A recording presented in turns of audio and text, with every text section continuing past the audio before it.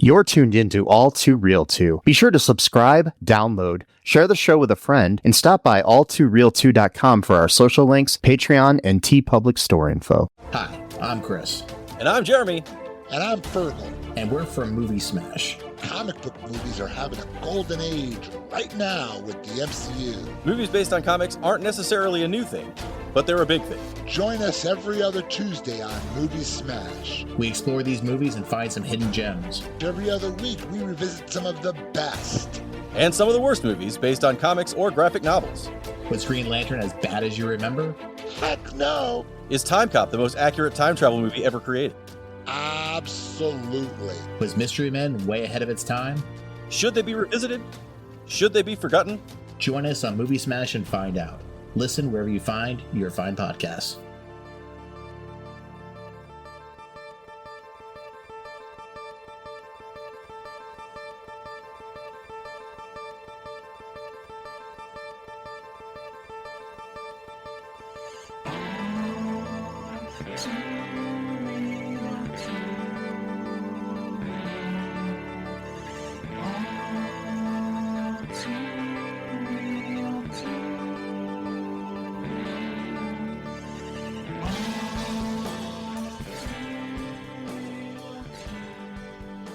Okay, everybody, welcome to the latest episode of All Too Real 2. My name is Michael E. Cullen II, and with me, as always, is...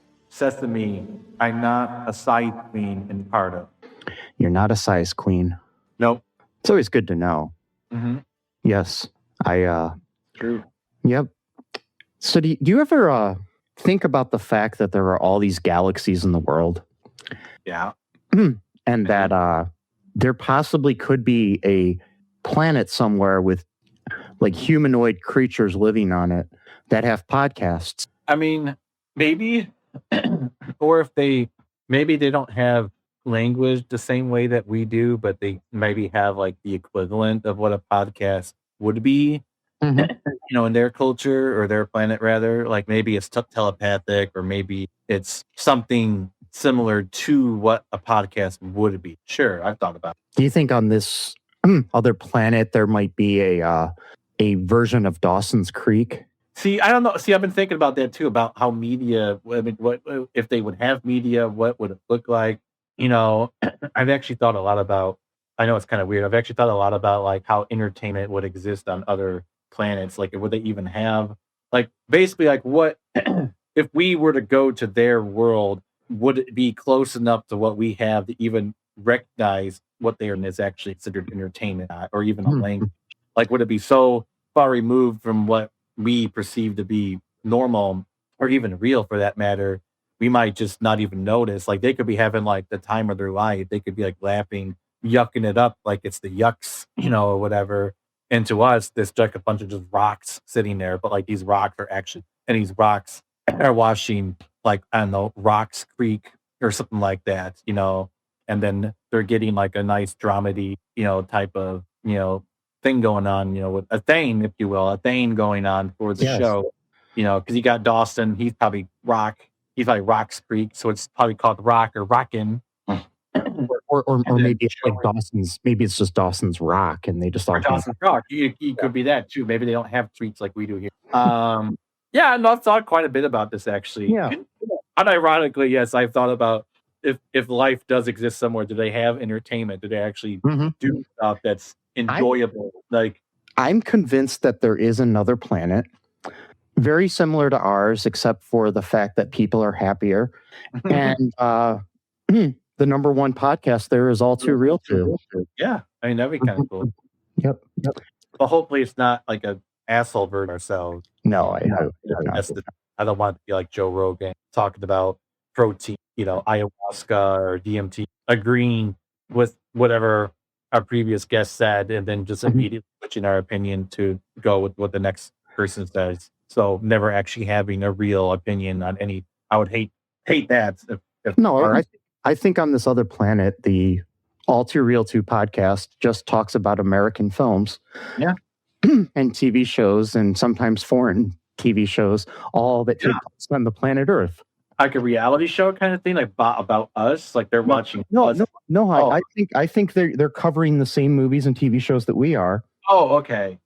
But on that place, the show is hosted by a guy named Michael E. Cullen II, Yeah. and another guy named Sesame and Carta.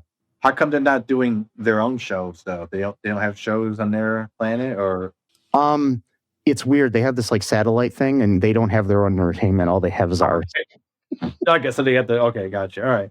I mean, maybe they should work on that. You know, maybe they should work on and nobody, but for some reason, because our show is so small, they don't get it there. But these two guys, Mike and Sesame, do, and they just repeat everything word for word that we say. Yeah. Yes. No, it doesn't sound very fun. No, it Just doesn't. repeating. But speaking of something that is fun, Yeah. Dawson's Creek was a show that I thoroughly enjoyed and have seen the whole series at least 5 times, all the way through. So somebody put up online the other day, because the reason I want to cover this is because James Van Der Beek recently passed away, aka Dawson Leery from the show. And somebody put up, it's like, all you people mourning James Van Der Beek, you didn't even watch Dawson's Creek. And I responded to the person and said, I've watched it 5 times all the way through. Yeah. So people are like, oh, you didn't even watch it. And you're all, How do you know that? I'd be like, how do you know? There's no way that's even true, considering Dawson's Creek was one of the most highly rated shows of the history of the WB. Yeah. So, I mean, it has so many, like, especially in its early years, was like used like in so much other media, making reference to it. Like I remember watching the I think it was the 1998 or 1999 MTV Movie Awards, and I think Samuel L. Jackson was in a sketch, and at some point they were like doing like a mock-up of Dawson's Creek. He was like singing like the I don't remember exactly what it was, but I know that with him, I think. I mean, they even appear in Scary Movie because like they have a thing where they go up the wrong window and stuff. And it's It was here I'm looking to Samuel L. Jackson, Dawson, and see if it should. Yep, Dawson's Creek, Katie Holmes, Samuel L. Jackson. It's from the MTV Movie Awards. Doesn't say what year, but I'm pretty sure it's either 98. Anyway, that's a whole other. Yeah, I was not really like when Dawson Creek first came out. I wasn't really like a creeker or a creekhead. That's hardcore fans. Depending on the region, this is the regional. Either you're a creeker or a creekhead. If you're in the middle between the two, you're kind of just decide which you want. So I was not a creeker or a creekhead at the time. If you're a real fan, you call yourself a Capesider. There you go. Yeah. Yes. So I didn't start watching it until it was like 2012. It was 13. Yeah. Yeah. And I watched most of it. I was getting it online. I couldn't have so like some episodes were missing here, but I couldn't get all of them. But and I did start watching it again towards the end of 2020, but then I kind of stopped again.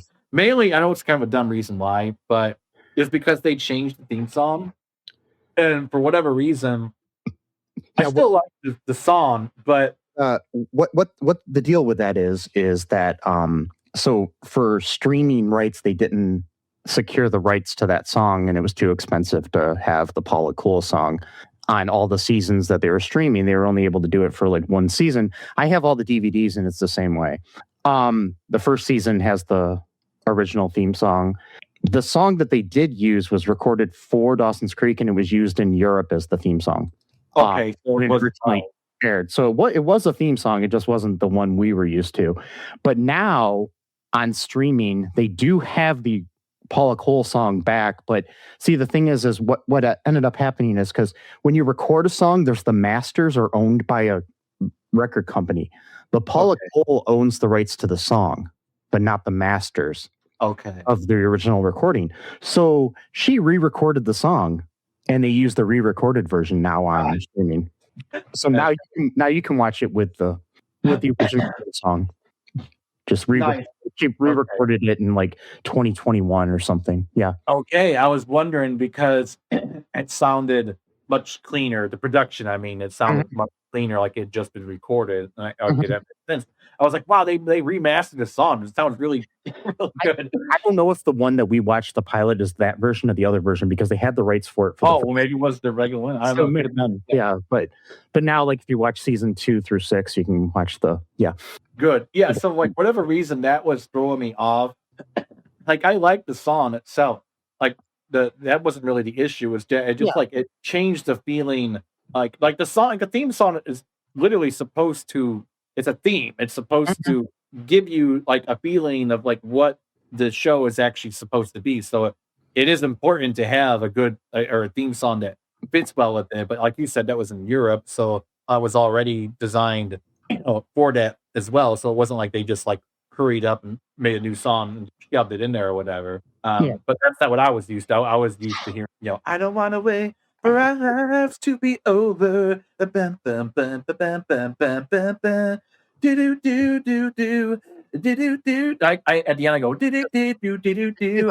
I had that part at the end. That's my version. The other thing that's kind of annoying too is like I'm pretty sure that for streaming a lot of it because they used a lot of songs that were popular for the show when it aired, and then they replaced them with kind of sound-alike songs on the DVD. But again, this is before they knew about. Yeah, they didn't know the future of streaming. Yeah, they didn't know this stuff that was going to happen. So there used to be a website when I would watch the show that listed the replacement song and the original, so you could imagine. How would you do that though? Because you would still miss the dialogue unless you were able to. No, it just says they just listed it so you knew what it was replacing. Oh, okay. I was going to say it wasn't like they were telling you to, play it instead, but because so you get to isolate the tracks, the audio, just to put this. There's a lot of work for very little payoff. Yeah. That's something I would do probably for fun, but that's just because my idea of fun is doing tedious micro work. So that's what entertains me is spending 4 hours on a video clip that would be like 30 seconds long, maybe. Well, there's like what the heck? I don't know if the website still exists or anything, but I remember I used to sit there and it would be like, oh, instead of this Counting Crows song, we have this song that kind of sounds like it. Stuff like that. Just like sound-alikes. Yeah. But it was interesting. It was interesting to see though, because then you would listen to it and you'd be like, yeah, I see why they chose it. They actually spent like a good amount of time meticulously going through it and finding songs that they could afford to put in there that worked well in the scenes, and it doesn't really detract from it. There's only like I think a couple times where it does because they ended up having to like I think cut out like a scene where somebody was actually singing a song that they couldn't get the rights to or something. So like karaoke or something, Yeah. But anyways, so if anybody, so basically for people that don't know, Dawson's Creek is an American teen drama television series about the lives of a close-knit group of friends in the fictional town of Capeside, Massachusetts. It begins when they're in high school and then it goes into while they're in college towards the end. And it stars James Van Der Beek as Dawson Leery, Katie Holmes as his best friend and love interest from time to time, Joey Potter, Joshua Jackson as their friend Pacey, and Michelle Williams as Jen Lindley. Other people joined the series after that, but that was the first season main cast. You also got his dad. You also have the Flash. I was going to say you also have Mary Margaret Humes as Mrs. Leery and John Wesley Shipp as Mitch Leery. Yeah, John Wesley Shipp, who's a Facebook friend of mine who I would like to have on the show sometime. I just haven't had the courage to reach out to him yet. He's a really interesting dude. By the way, he's like the first TV Flash, right? Is that true? Yeah. Okay, so he's like the OG. And then he also played him again in different. He's a really great actor. I've seen him a lot of the stuff I've seen him in. Yeah. He just has a nice face. Like, he just looks like a nice guy. I don't know how it's. Yeah. Like, you know what I mean? Like, he just. And like they, he has Mr. Man-Meat, so he's a good looking guy. Yep. As Mrs. Leery calls him in this episode, Mr. Man-Meat. Mm. Yeah, that's right. Yes. I forgot about that. The show also stars Mary Beth Peel as Grams and Nina Rapita as Bessie Potter, who is Joey's sister. Yeah. Mhm. Yep. Yeah. I'm actually friends on Facebook. He doesn't join it till later, but I'm also friends with Gareth. What is it, Williams or something like that? He's the guy that plays Mr. Potter. So I'm friends with both Joey and Dawson's fathers On screen. Okay. on Facebook. That's cool. Yeah. And and then of course Katie Holmes, who stars in this, is from our area of Toledo, Ohio. Mhm. I met her when I was a teenager before she was famous. That's cool. She was cousins of a friend of mine, and also another friend of mine dated her. So Oh wow. Okay. So you So, got yeah. you got the 6 degrees. You got the 1 degree. Mhm. Yeah. Yeah, because I half met degree her if you at a couple parties. It was mostly like, "Hi, this is my friend Mike. Hi, this is my friend Katie. Hi, nice to meet you." That's it. Yeah. Very cool. Yeah. That was not, that was the extent of our conversations. Yeah, we also have Leanne Hunley as Tamara Jacobs in this episode, Mhm. and Mitchell Lawrence as Benjamin Gold. Yeah, those are Alright. the main stars here. Cool. It's bothering me on IMDb. They have, and it can't be. Okay, so it says that Ted King plays newscaster Bob, but I think it's another guy named Ted King. But they have this actor Ted King listed on IMDb, who I know is not the same actor.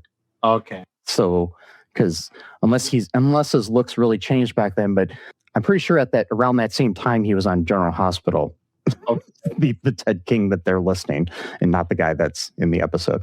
So yeah. Okay. So what's your initial thoughts? Actually, let me. Here's the synopsis of this episode from the Internet Movie Database. I'm all out of whack here on our normal breakdown here. So in the peaceful coastal New England town of Capeside, Massachusetts, Dawson Leery, a 15-year-old film buff, lives a fantasy life of movies and filmmaking with his lifelong friends, tomboy Josephine Joey Potter, and the outgoing clownish Pacey Witter. On the day before starting the new school year as sophomores, Dawson meets and falls for newcomer Jen Lindley, who arrives from New York City into the house next door to Dawson to help her grandmother care for her invalid grandfather. Mhm. Dawson's new bonding with Jen makes Joey slightly jealous, which comes out during blah, blah, blah. Anyways, okay. Also, Pacey falls for Tamara Jacobs, his English teacher. So yeah, Yep. that's That's a pretty good synopsis. Yeah. this is a long one. I was like, okay. Normally go- It's pretty thorough. It's good.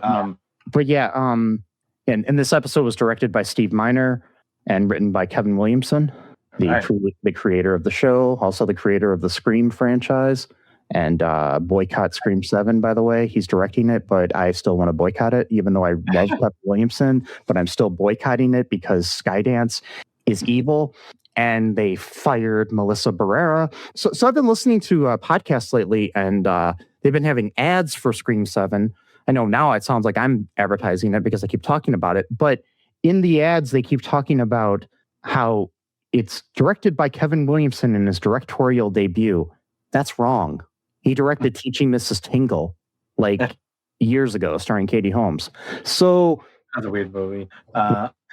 So Then they actually they were one that called that Killing Miss Tingle, but then they changed it because Columbine happened. I think so. Yeah, I remember that.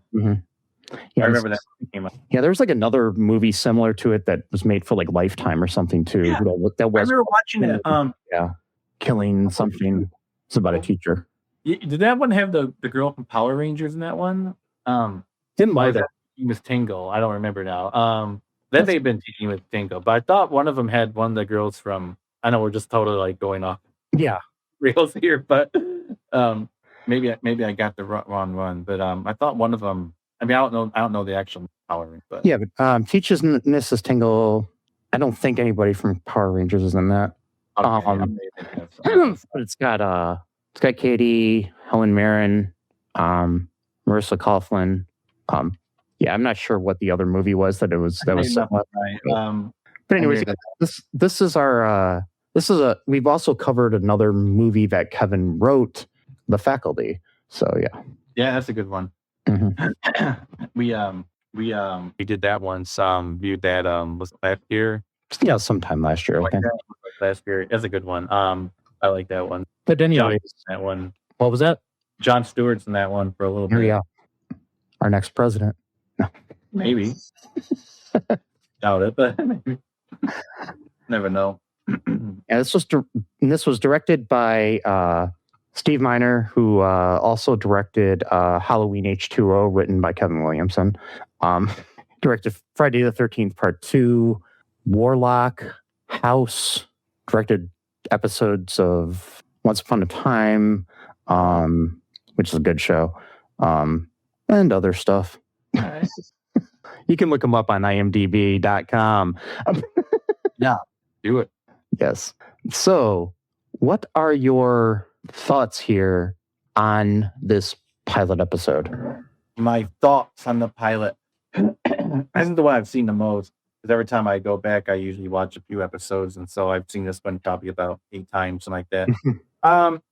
Each time I come out with the same opinion, and I don't think it's going to change at this point because I've seen it so many times, and each time it just I feel like they're way too mature for what the average 15, 16-year-old talks like. It sounds, I know I'm not trying to offend you. I know you love the show, but it sounds like it's written by really sophisticated people and then put into the mouths of normal people don't usually talk this way. It's still a good show. It's a great script. It always throws me off a little bit because I'm like, people don't talk to me. The thing is, nobody talks like they do in TV and movies. True, but there's a certain extent at some point where they did get a lot of criticism for that at the time, but I honestly think me and my friends talked kind of like this. So it was never using such big words, but we talked about the same type of things. Sort of, it's yeah. But the thing is, it's not necessarily, and this doesn't really continue throughout the whole series, in my opinion, because they get older and they kind of age into their dialogue. Plus, it's a Kevin Williamson thing. Because if you watch Scream, it's very similar.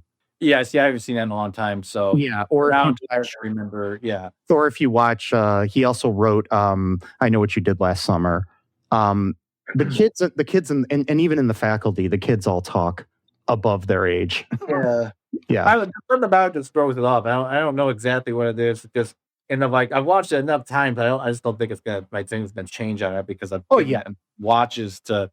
It's from the very beginning, when she's talking about very reasonably, mind you. I think Dawson's being fucking normally, even though he talks the biggest moron in their show.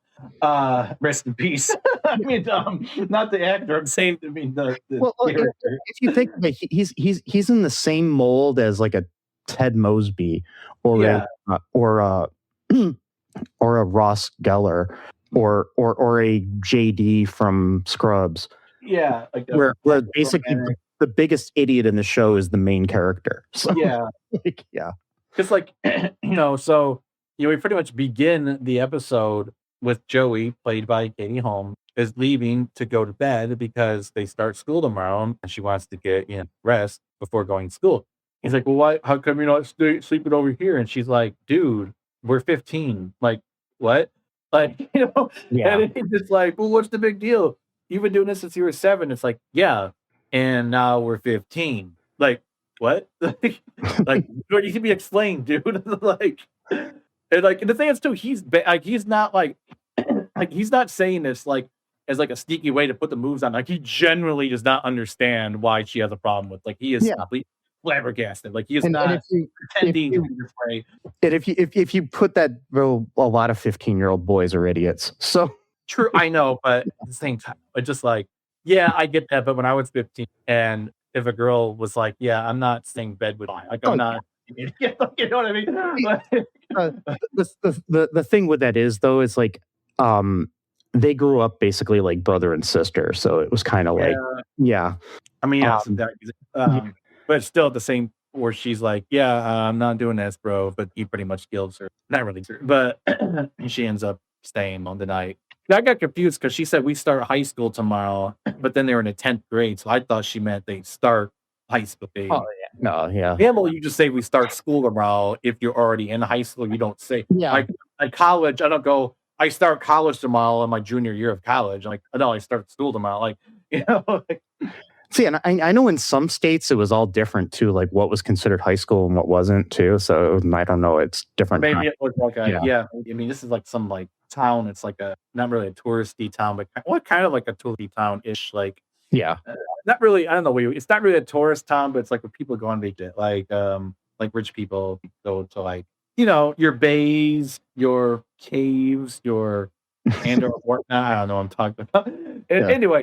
But yeah, so she basically is like, hey, like I really can't be doing this anymore. Sorry, hate to break it to you, but we're like in high school now. We can't really think bad.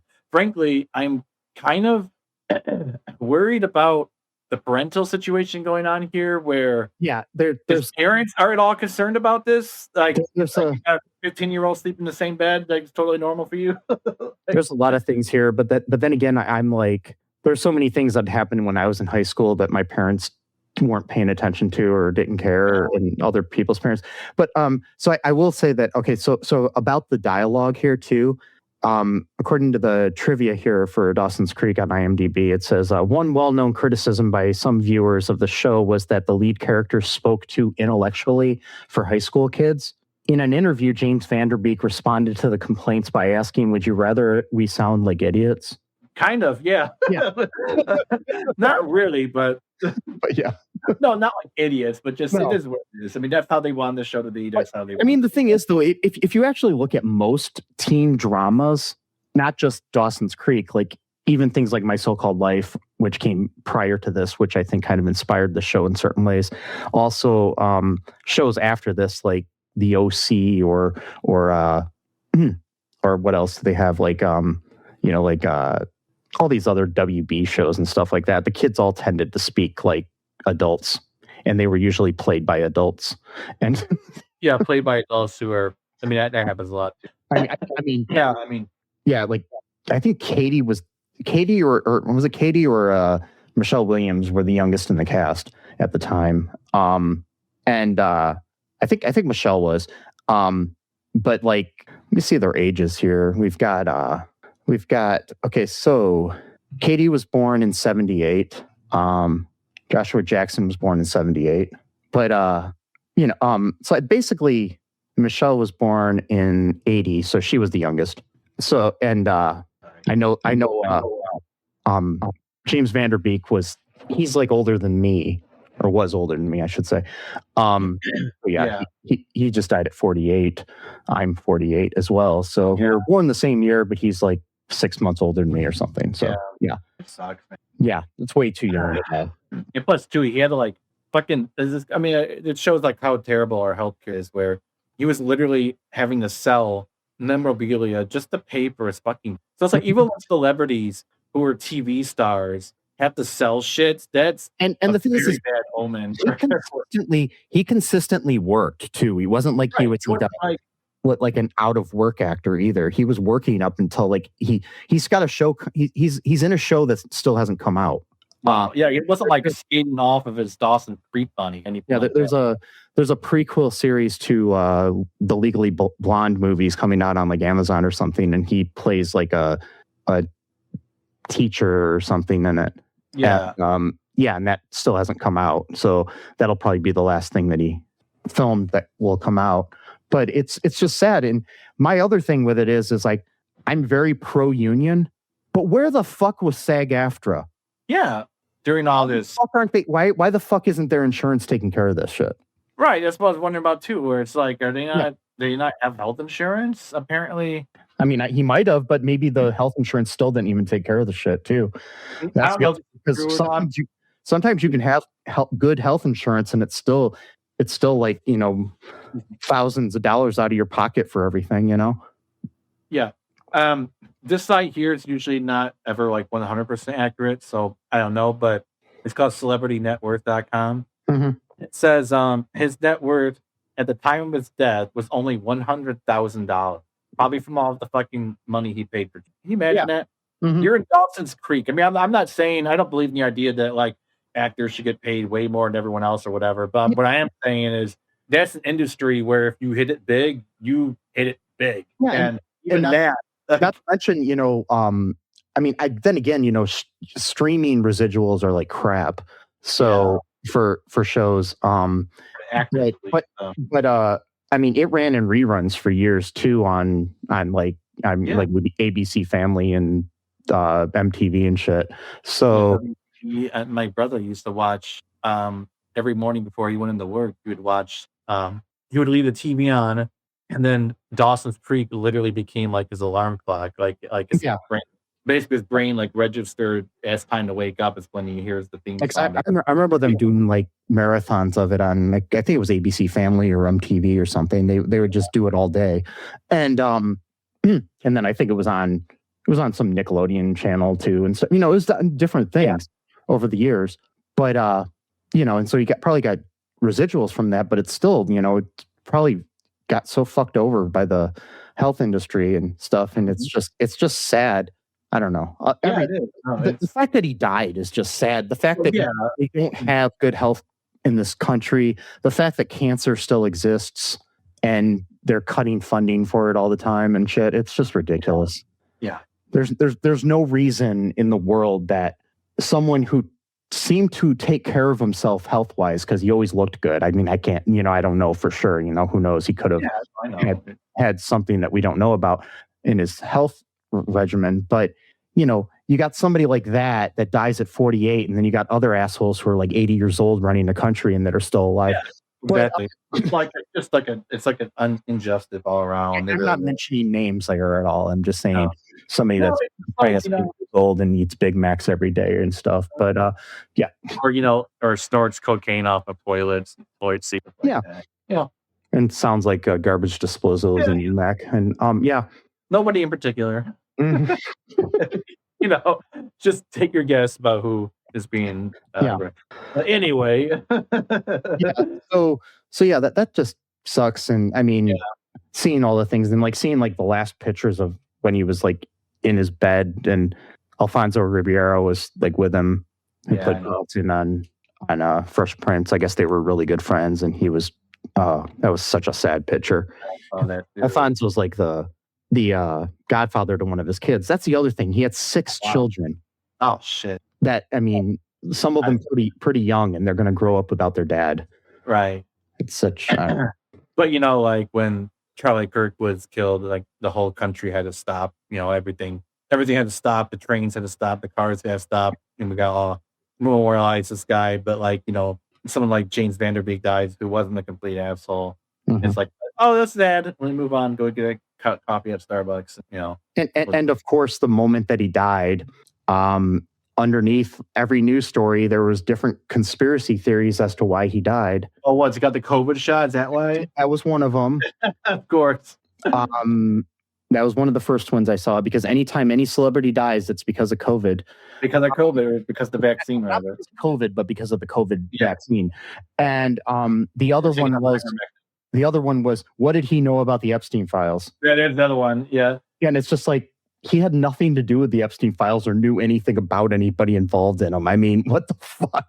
Well, before that one evolved too. Before they mentioned the Epstein files directly, they'd always say he was trying to expose a satanic pedophile cult. Yeah. But now they just say the Epstein files because that's basically what they meant. Yeah, and they'll say he was killed by it. They played the long con game and gave him cancer. Like 3 or 4 years ago, so he could die now, and not expose things. Yep. Come on, like get real. We all know that. But there's aside from the dialogue, which is fine. I mean, that's how it was written on purpose, and that's just how they wanted it. And the way I look at it is that there are plays and songs and movies and everything that are written at different types of ways, like that are, because like it took me years to understand the idea of a musical, for example. that, because you basically you got to realize that there's a truth in art, but there's also the idea that it's a way of entertaining us to reflect that truth back to us. Yeah. And it's not necessarily, there is realistic, slice of life type things. And this is kind of slice of life, but they glorify it with the dialogue. And like I said, the dialogue lessons, like the first episode is definitely one of the first season, I guess, too, is like kind of definitely one of the most intellectual dialogue heavy seasons. Yeah. But it's like, it took me for years, like I'm saying, with like musicals, to understand that somebody could just break into song in the middle of a scene. Right. Like, no. But yeah. It's not, I get it. And I mean, I look at it too in a different way. Not that I'm saying Kevin Williamson is like Shakespeare, but it's kind of like poetic in the way that he writes.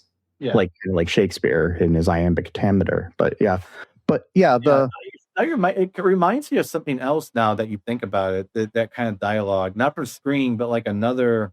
It's like a movie. I don't remember now. It was some like either a movie or another show around that time. It was not My So-Called Life or anything like that. It was something else entirely. Where it was that very like dry intellectual type of rhetoric or narrative, whatever it's meant. But like the thing, that's not even the main thing. My main thing is some of the characters in the show. So for example, we have this new character named Tamara. I'm not sure how it's Tamara. Yeah. She comes in to rent a video, both Pacey and Dawson, and she comes in basically immediately acting like complete MILF, like no subtlety at all, like practically like she's sitting there literally requesting The Graduate, those type of movies. So Pacey's like, all immediately turned on by this. So then, he lets her, take The Graduate, and then next day he finds out.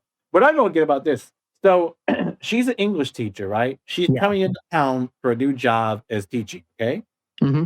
Okay, so here's my thing with that. She's talking to a boy who's obviously of high school age, unless we're talking about a Jack situation where it's like Robin Williams, where he's like 5 years old and looks like he's 15. I doubt that's the thing going on here, So presumably he is, a boy working his way up to manhood-ish in a town, presumably, but there's probably only one high school. And she thinks, you know what I'm going to do? I'm going to put the moves on this teenager that very well make whatever. Might like, it probably will be one of my students tomorrow. And that's going to be a great idea, right? Yeah. No, not a great idea, because he is to be one of her students the very next day of school. I mean, like, what? I will tell you that, I mean, I think that the reason that this was kind of written in there is like the year prior to this show coming out, Mary Kay Letourneau was pled guilty in 1997 to 2 counts of felony second-degree rape of a child and subsequently married her former student. Oh, so that's why you think that I'm pretty sure, because right at that time, that was kind of in the zeitgeist. And I think that's what influenced this storyline. I have no proof of that. For that one, it was even worse because it was like 12 or something. He was, he was 12. I mean, it's still bad no matter what, but I mean, like, they're big. I'm saying they probably put that in there. But it is interesting, too, though. I mean, it's like that. I don't care. It's a woman. This is still sexual abuse of a minor. And it's creepy because, again, it's like you literally just come into town. Mm-hmm. Again, this is a small town. There's probably not very many schools. Probably the only school system is probably everybody goes to those 3 or sometimes 2 schools that they're mixed in your high, So she's really playing a risky game right there. Like, go all out guns a-blazing the second she rides in the town. At this time, Joshua Jackson, I mean, he was an adult at the time, but he still looked like he was 15. So it's like... actors-wise, I get that, but I just mean that within the story realm. What I'm saying is he still looked 15. And what I'm saying is that it wasn't like she could have mistaken him for an adult working at the video store or anything. Oh, right. I'm just saying. Yeah, exactly. And so, like, this is like a B plot that goes through line for probably this and pretty much for most of the first half of the season. I think I don't remember. It's a key storyline for the first season, and I mean that's the thing about this show too. This show there was a lot of controversy about this show.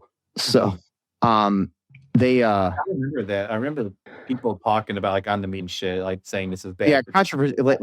It generated a large amount of publicity before its debut, with several television critics and consumer watchdog groups expressing concerns about the anticipated racy plots and dialogue. Yep. The controversy drove Procter & Gamble Productions, initially a co-producer of the series, away from the project.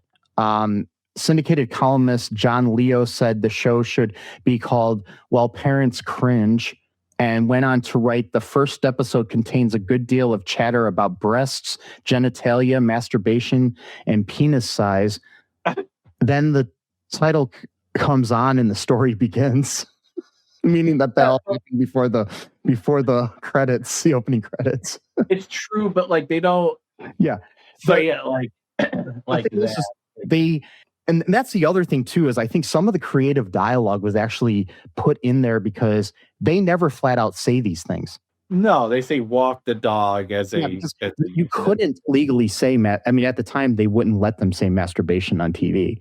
Okay, yeah. So yeah, they could say penis like the 3 times, and they did do that. But again, very clinical.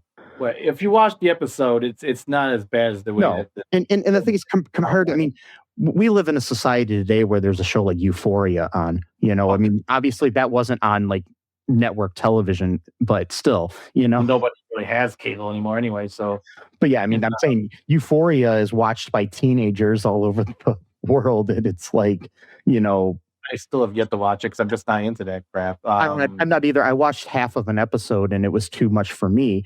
But the thing is, I'm not a prude though either, and I'm like, sure, go ahead, put it on the air, because most of the actors on the show are adults playing teenagers anyways. Right. But well, it's like, yeah, I have no problem with it.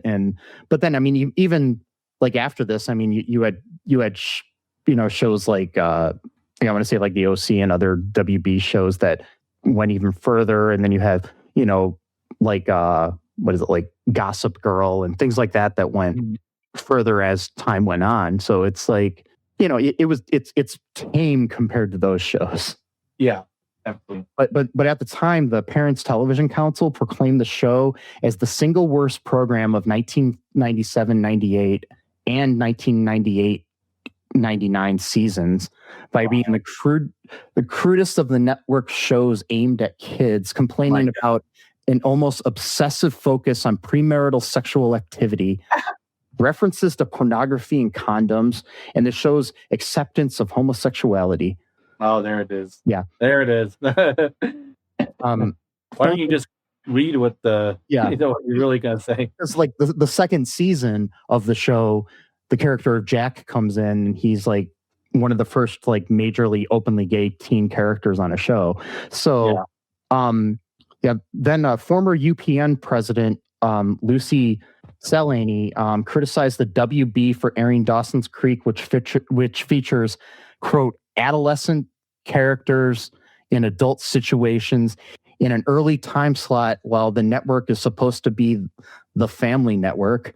However, on the opposite ends of the ideological spectrum, the National Organization Women offered an endorsement, deeming it one of the least sexually exploitative shows on the air.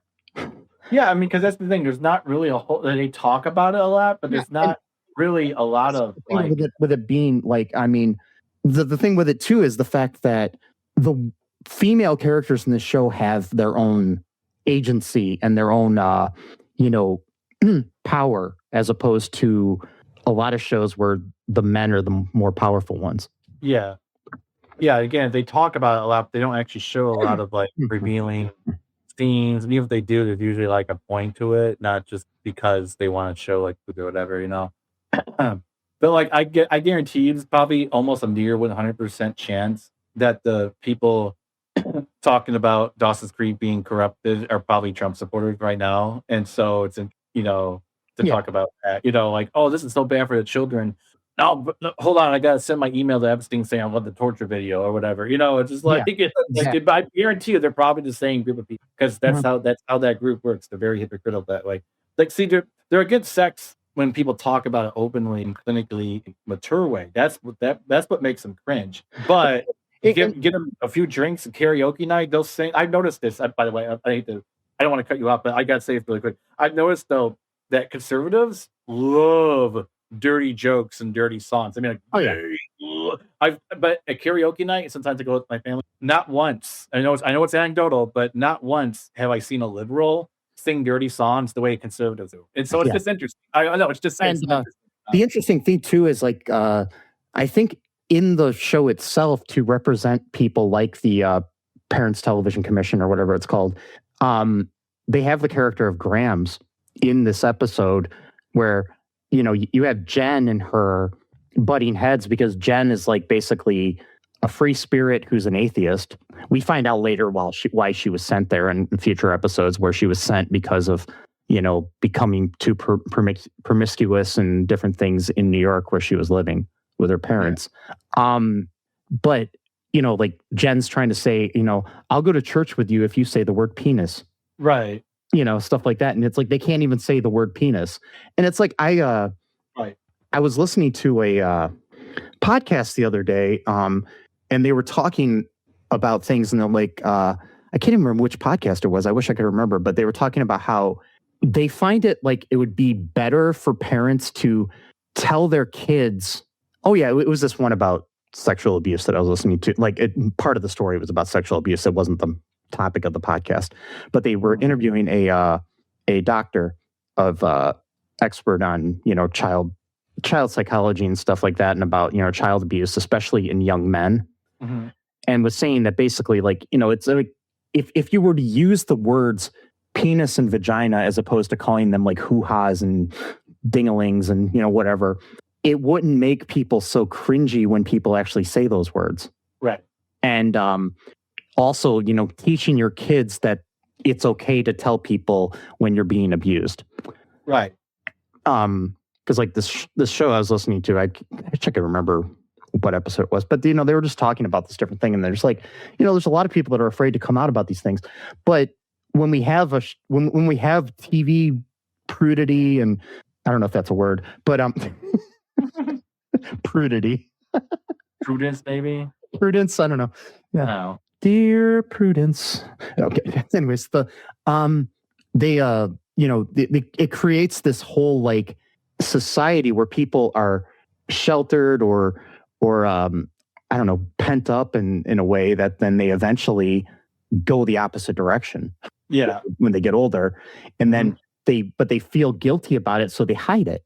And that's how I think in a lot of ways our society, not saying that, I think it is built into some people to be like pedophiles and cheat on their wives or, or whatever it is. But I think in a lot of ways, these people are coming out and doing these things as a reaction to being treated like, treated like in this little bubble their whole lives and shit, Right. And I'm not making that as an excuse for anybody's bad behavior towards anybody, but I'm just saying that I think I understand. The society has made people feel that, okay, I can do this as long as I just don't tell anybody about it. But if you're more open with your sexuality and things in, with your family and your friends, it might make it easier. And I think this show, in a way, helped a lot of people to deal with that stuff. It wasn't over the top either, and it was dealing with it even though the dialogue's a little too intellectual for teenagers, but it actually kind of made it so teenagers could actually get to that point where they could intellectually talk to each other about their sex lives, or if they have fears, because there's episodes in this show where people are raped or people are abused and stuff like that, and it's the same thing with like Dawson with Degrassi. It's Degrassi visit, it's a show that'll help teens be able to talk to their friends and parents about things that are happening in their lives that they're worried about, or coming out if they're gay or trans or whatever. Yeah, I mean, I was just rewatching Degrassi because my friend had downloaded the series on Plex, and I was just and that was the only thing that was working for a while. The other videos weren't, so I was like, all right, I guess I'll rewatch Degrassi. And I forgot the very first episode of the Next Generation, which came out in 2001. Very first episode, two-parter. Mm-hmm. It's literally about luring in Emma, which is the daughter of Spike, which was one of the main characters in the original, It's literally about like how like she very easily could have been abducted by this guy. Yeah. And I mean, it was just like online and stuff, and it's things that you really do have to worry No, about. he was pretending to be a kid. Like he wasn't even pretending to be like himself. He was actually an actual other child. He just found pictures online and threw him up as though it was him. Like an environment. Basically, like all the things that she liked, he would just pretend to like do. And normally, like you don't really think, especially when you're younger, you don't think about like, oh, this person literally shares every single opinion of mine. You don't think, that fishy. You know what I mean? Like, I mean, and I mean, in a way too, when you're getting into a relationship, that kind of happens sometimes, though. Like where somebody's like, "Oh, I really like horses. Oh, me too. I just love horses." Right. I've never liked horses in my life, but I said that to the girl because whatever. So. Yeah, I like horses stuff. Like as far as like knowing how to take care of one. Yeah, and I'm saying, like I was just using that as an example. Be like, oh, girls. Well, I like cotton candy. Oh, I just love cotton candy. It's just like you say shit like that. To play yourself up a little. But but I mean, like, but this show, it's got, it's dealing with that thing too, because it is dealing in a way with the ramifications of something like pedophilia, which I mean, I guess it's not really technically pedophilia, where get the libertarians involved. Actually, we gotta be really specific about the version of what's happening here. I mean, if you want to be like an actual psychologist about this, sure. But like, if he's having like a regular ass conversation with normal people, there's really no point in like being that. I mean, that's like saying, "Oh, it looks like you got a cold there." Well, technically, it's not just any cold. It is like, okay, like really, like, it's like, but I mean, they do deal with it like in the show where they deal with like the fact that there's a kid who ends up sleeping with his teacher, right? And they deal with the ramifications when that comes out later too. Well, of course, if they finally getting caught later on. Yeah, people are afraid of that. Like, I hate the idea where somebody's like, oh, well, if she was my teacher, I wouldn't complain about that, and I wouldn't think that's bad. But sure. You don't know if you actually were. You don't know. Yeah. If being like, everyone can imagine things, but when you're with someone much older, even if you're the guy, I kind of imagine it would still feel kind of weird knowing this person's way older than you. Like, it might not, and even if you're, I know it might not be exactly the same feeling. Like if like a male teacher took advantage of a female student, but like it's still, it's just we've got to have like a society where people view the abuse that goes towards men or young men or children or young, I can call him children, because he's a child, he's 15. It's like, we look at it in a different way, like where like, oh, a boy can't be abused, or like even if it was a male teacher that was taking advantage of him, even then people are like, oh, he's just probably gay. Well, see, the thing is about that, and again, like I'm kind of like now going against what I just said about the whole libertarians. There are sometimes differences in how the sexes react to abuse, at least in the immediate thing. With boys, what tends to happen is that they don't really feel the effects until later on in life. Whereas with girls, it's immediate. I'm not saying that's always the case, but like give or take, that's kind of how it. So like usually with boys, they become sex addicts later in life.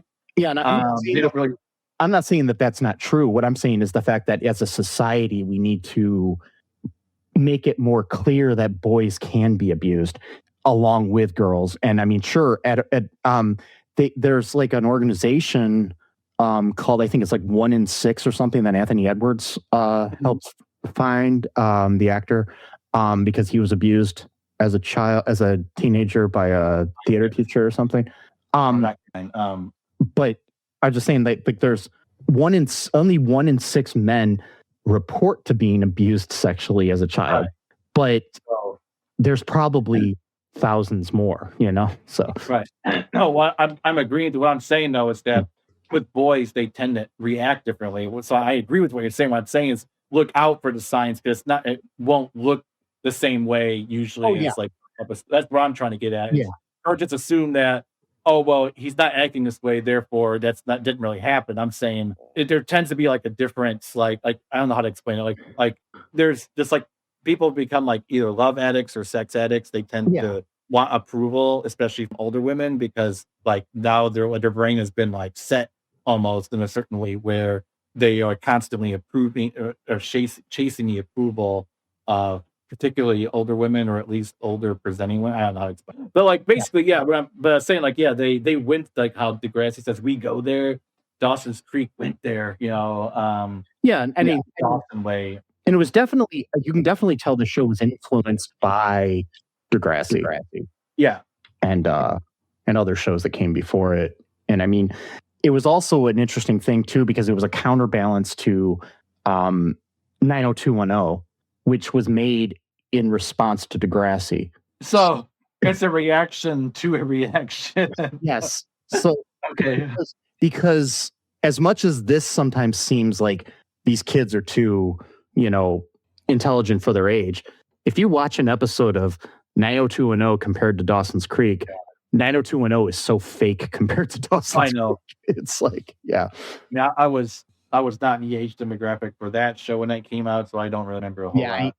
I do know it was, and unfortunately, one of the leads of that show passed away too. Two of them. Right. So yeah, recently from cancer too. I think both of them. Yep. Shannon Doherty did, and also Luke Perry. So yeah, it's kind of sad. All of them great actors too. I mean, James Van Der Beek, and you will say this. I mean, he was like 20 years old in this show, in this pilot. And that kid could act. I mean, it was just, you could tell. And it's like, I was reading, he was in the movie Angus back in the day. You ever watch that movie? Yeah. Did we review that? No, we ever did. I really want to review that someday. I want to review it too. That was one of my favorite movies. Yeah, I'm trying to find it somewhere to watch, but I can ask someone to, yeah. I'll send you a. Oh yeah. Maybe we'll review that next week. Yeah. Or not, maybe not next week when this airs, but sometime soon. But where is this?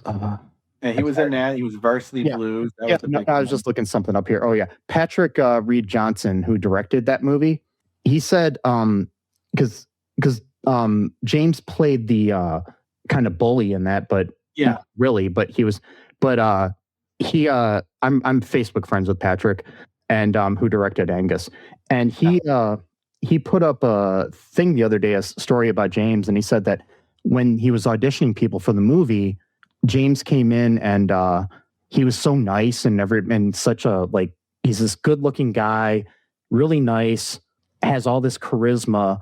Whereas like when he wrote the part, he was thinking of like your typical, thug bully sort of character. Right. But he said the moment he met James and thought he was wrong for the part at first, but then he watched him do the lines and he's just like, this is perfect, because you want your bully to be somebody likable. Yeah, because that explains why he is so popular. Because in a lot of movies, I mean, I'm just adding on to what he said, but in a lot of movies, your bully is just your stereotypical like asshole. But in reality, like honestly, his character in Angus reminds me a lot of a bully I had in like junior high. So like someone who's like, I mean, I wouldn't say he's likable from what I remember, but I don't know if it's been a while. But like, he's not like relentless in the bullying like you would normally see or think about like in a movie. Like he would do like one-liners and a little shit like that, but it wasn't like he was like all day long and prodding at him. And even if everything he says is like asshole type stuff, an asshole has to be charismatic for it, right? So yeah, it's I used to watch this. I used to watch Angus all the time. I had 596. Kathy Bates played the kid's mom. Yeah, I had a VHS of it, and I lent it to somebody and never got it back. I don't even know who. But yeah, the main kid that played Angus, he never really did much after that. I don't think he acted a whole lot more after that. Yeah, I'm Facebook friends with him too. But say hi if you ever talk to him. Say hi from him, because I used to watch shit out of them. If we review the movie, I would like to get him and the director on our podcast sometime. Yeah, but, absolutely. I used to watch the shit out of that movie. I mean, like constantly, like all the time. I've probably seen that movie at least 40 times. I'm not even like joking. I could probably quote. I can remember too, like the very beginning, that theme song when they're doing like that kind of it's almost like an emo type song. It's not really emo, but it's like before emo was emo, but it kind of has like that. And they're playing like the band music at the very beginning, mixing with the oh god, what's that? What's the name of that song? Whatever, we'll get into it later. But Yeah, we'll cover that. We'll talk about it then. But Yeah. but while we're talking about Patrick Reed Johnson, I just wanted to promote a movie of his Okay. that I really like called 5/25/77. Came out like 4 years ago. Check it out. Okay. 77. I highly recommend it. Maybe we'll cover it for the future. It's based on his real life and how he ended up getting to visit like behind the scenes of Star Wars before it came out. May 25th, 1977 is when Star Wars came out. So okay. yeah, but it's a great coming of age movie. Highly recommended. Nice. Anyways, yeah, because he wrote that, and yeah. So yeah. But yeah, anything else from this episode that you wanted to talk about here? No, not really. I mean, it's I think it's a good pilot. I really do. I mean, like despite the flaws and stuff, and speaking of flaws, there are some goofs from this episode which I needed to point out. Oh, okay. So in the first episode here, there's the sign that we see, and I noticed it when I was watching this episode. So we see a sign outside Capeside High that says "Home of the Wildcats." Okay. And its colors are black and orange. That's actually the Wildcats were the name of the mascot for the school where they actually shot the show at, the outside of the show, the school. But 5 seconds later, you see another sign where people are walking by, and it clearly says Capeside High, home of the Minutemen, and the colors are blue and yellow. So yeah. Wow. Which is what they go with the rest of the time. So, as their mascot and their colors. Wow. It's like they hadn't decided completely. Because like the New Hanover High School in Wilmington is where they filmed the school scenes, and their mascot is the Wildcats. So okay. Yeah, I think that was the only goof I wanted to point out. So cool. So yeah. What were you gonna say? I said that's all good. Yeah. So anyways, folks, I hope you enjoyed this episode. Rest in peace, James Van Der Beek. Seems like a great guy. It's like I said, it's sad that people like him are gone and other people are still here. But regardless, cancer sucks. We need to do something to, cure it or help people out. Our health system sucks. A lot of things suck. Yep. But you know what doesn't suck? AllTooReal2.com. Yeah, I was gonna say. Go to that website, check it out. Go to our TeePublic. You can buy some merch. I mean, we've sold a couple T-shirts recently, which is random and weird. I know that's kind of weird. Yeah, like it's cool. I mean, I'm glad, but it's kind of cool. Yeah, we sold a Buttercream Gangs of New York T-shirt and our old logo. I'm hoping the Buttercream that's going to catch on in the meme culture. I know it. Yeah. Because that one person saw it, and I bet you they're going to be like, "Oh God, do you remember that Buttercream gang? These guys, the Buttercream gangs." I'm guaranteeing you, within like a month, we're probably going to start seeing someone else fly by. I mean, don't worry, I'm not going to like get too excited about it. Like, I'm not going to be like Erica Kirk and boasting in numbers of merchandise after like you get killed, for example. I'm not going to be like, "Yeah, we sold 100 Buttercream Gangs New York shirts afterwards. Thanks, Mike." Yeah, no, I'm not going to do that. But honestly, I don't think anything I'm associated with will become viral on the internet since the internet was like the only thing that ever became viral was when I was young. I was a freshman in college. Oh, the MTV thing? Was it MTV? No. What it was I used to write to all of my friends that were at different colleges. I did a joke of the day thing. Oh, okay. Or the week. I can't remember what it was, but I would send emails with jokes I wrote. Okay. Bad jokes. And I don't even remember what this one was, but I ended up it went around and came back to me. You got it. Like, yeah, look at this joke. Like somebody sent me my own joke. Like it was really weird. And it was somebody that was not related to any of the messages I sent out or any of my friends. Like, yeah. Like it went out and then other people started sharing it with their friends. So yeah. Reminds me of this movie I saw once a long time ago. I have to look it up. Excuse me, where this guy, he's like a freshman in college, and he has like writes like this like manifesto, like just expressing his thoughts and stuff. Like, and then like it got passed around like the university, and it became like this huge thing. Like he didn't even know, like it was like totally unlisted. Like nobody knew who wrote it. Yeah. And I think at some point he didn't even know this was being passed, like taking off in his own university. He was going to quit at some point until he figured out that like people actually cared about what he thought. Man, no, it's not the exact same thing. Are you sure? Because I thought, were you in an MTV commercial at one point, or am I not? Well, yeah, I was. That was later. Yeah. That was later. That wasn't. I was saying the only thing on the internet that went viral. That was. Oh, the internet. You're right. Yeah. Yeah. No. I was on a series of AIDS awareness, I guess you could say, AIDS awareness commercials. When I was in college, like practicing safe sex now. Yeah, that were aired on MTV across the country. So that's cool. Yeah, that kind of went viral, not internet viral, but yeah, TV viral. Yeah, it was. I had no idea that was being aired. I thought it was just going to be local, but I had people that knew me throughout the country telling me that they saw me on TV. Like, what the fuck's going on here? I'm like, I don't know. I was just doing this thing. I don't know. Yeah. And in the ads, I was like the asshole who was sleeping around on his girlfriend. I know you're like, I don't care about safe sex. Yeah. Like, I don't give a shit. Yeah. Anyways, folks, check out our Patreon too. That's a good way to keep up on the show. Share the show with your friends. Give us a 5-star review wherever you can do that. Just do it. Be different. Be yourself. Trans lives are human lives. No human is illegal. Free Palestine. Dissolve ICE. Fuck the patriarchy. Fuck the oligarchy. Remember that. I love you. Sesame loves you. Rest in peace, James Van Der Beek. And until next time. Bye-bye. Thanks for listening to All Too Real 2 podcast, a Cullen Park production. Produced and edited by Michael E. Cullen II. Music by Matthew Hawes. Subscribe and share the show. Visit us at cullenpark.com.